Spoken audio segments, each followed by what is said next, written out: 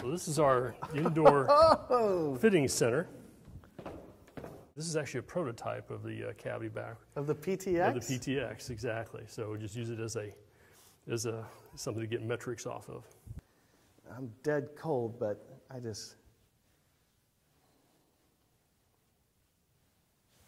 It feels pretty good. It does.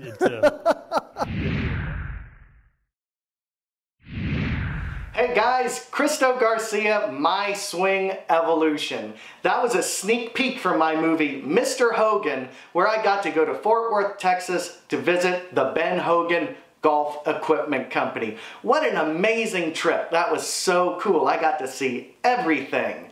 Now, if you're like me, you were probably heartbroken earlier this year when you heard the news that the Ben Hogan Golf Equipment Company had filed for bankruptcy.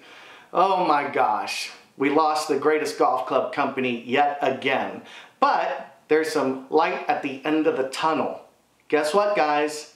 The company is restructured and they're coming back. Ben Hogan golf clubs are coming back. And they've got a lot of great new products that are going to be on the way. And this is going to be super duper cool. So I want to tell you guys a little bit about Ben Hogan and how he started the Ben Hogan Golf Company.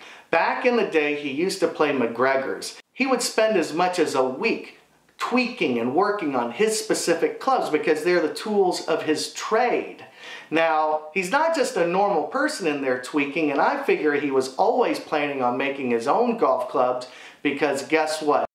Ben Hogan was the son of a blacksmith. In fact, blacksmiths were a part of his family going back generations. So he grew up pounding metal and learning about all the different characteristics. And in fact, he talked about grain flow forging and things like that long before anybody else ever did. Mr. Hogan understood these properties of metal because of his background as a blacksmith. So that's what made it possible for him to design the best clubs ever made. I've had a half a dozen sets at least of Ben Hogan clubs, and I've got dozens of single, drivers, woods, irons, wedges, and putters, just because I'm a collector. I love the Ben Hogan brand. And I'm so excited to know that these clubs are going to be coming back on the market. I just wanted to let everybody know because I think they're pretty awesome. Now, if you take a look at the Ben Hogan personal model that he used to play in his golf tournaments, you'll notice that blades today are pretty much the same basic design.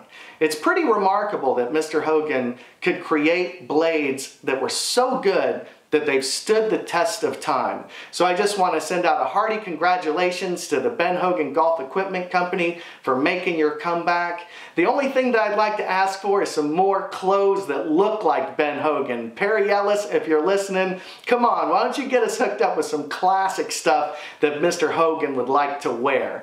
Because I think that his fashion statements were something that was par excellence. So once again, congratulations, and I'll leave you with a little bit of Jody Vasquez talking about Mr. Hogan's special golf clubs.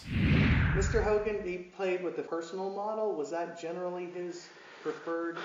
Yeah, he had some clubs that really never wore out. It was a different kind of metal back then.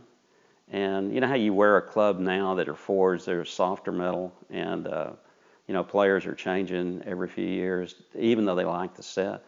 The set he had, it was his competitive set. Gosh, he played forever with. So, and it never showed any wear. So, technically I couldn't tell you why, but no, he really never changed clubs.